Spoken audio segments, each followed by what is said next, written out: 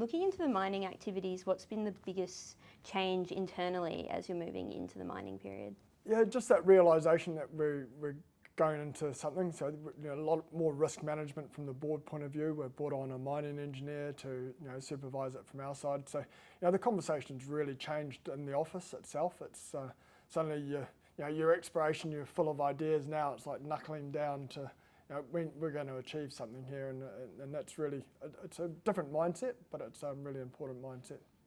You partnered with Mega to execute the mining. How does that model work in simple terms? Yeah, in simple terms, we're at a bit of a crossroads. You could either, to fund this project, and it's a small project, we could either go out and go to the market or a bank and say, look, we need another $10-15 million, and we could dilute our shareholders.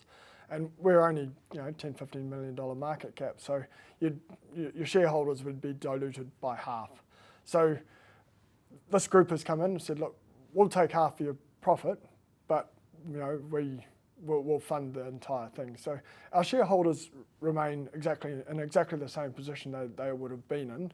Our register's tighter, but most importantly, we don't have the risk associated with it. So when you've got a small project, it's you've got one big cyclone that comes down, you've got a flooded pit, you're offline for a month. Then you have to go back to the bank, you have to go back to shareholders, where all that working capital is solved. You know what you're going to get. You're going to get 50% of the profit. That's the essence of the model, and I think you can grow out of that, but I think that can help us leverage ourselves for quite a while yet with that group, and they seem willing to do that with us, which is good.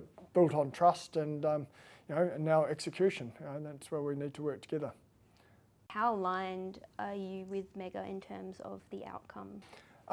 Yeah, they are our biggest shareholder, so they are aligned on that front. They came on market from 4% and bought up over 9% of the company, so that's really important. So they're aligned on the corporate front.